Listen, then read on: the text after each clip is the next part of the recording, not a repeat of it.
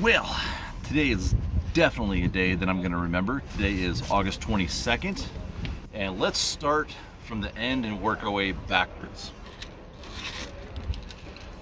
This is how my day ended.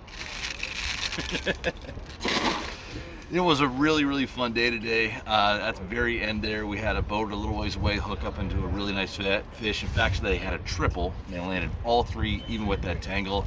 It was impressive, not only because they were able to do that, but because of their patience too. Their fish was a nice, probably 30 pound Chinook, and they were a ways away, but that fish came cooking right at us, and we sped up trying to turn, and not only did it take our boat out, it took the boat out next to us. Holy buoy 10, right? So, that is how the day ended. But we ended up with, we were hunting for Casper. We were looking for our last one. We had 6 Chinook and 5 Coho. We let another 5 or 6 Coho go. It was a really good day, and it was just a really laid back, easy, fun day. But we couldn't find Casper because of that yard sale. But we did a little bit of everything here today, fishing mostly shallow, 15 to 30 on the counters, even on the outgoing tide. Was able to find some Chinook right at the bottom of the outgo, down towards the bottom of the sands, in 40 feet of water fishing on the deck. But then as soon as that tide started coming in, there they were up in the water column. And what was awesome was seeing all those Coho. They were rolling in on that tide, and you see them jumping. I probably saw 15, 20 at least Coho jumping all throughout that incoming tide. So we brought all of our gear up and started catching a bunch of Coho, and it was just a blast. We went through 2 pounds of bait. We did a little bit of everything.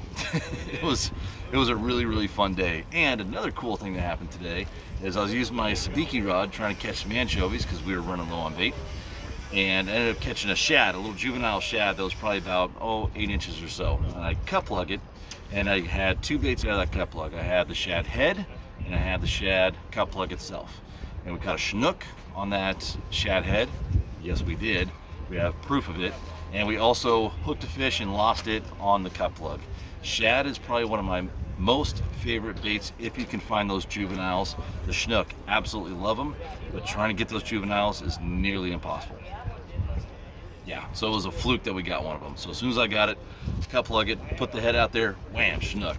Take the cut plug, put it on there, put it out, another few minutes, boom, get another one, and that one comes off. They like eating shad. Don't be surprised. They are stinky fish, and those Chinook love it. It started off with the bow rods and red. Definitely red October was getting bit best. And then as the day wore on, green started to catch up, but both red and green were working, the green machine and red October.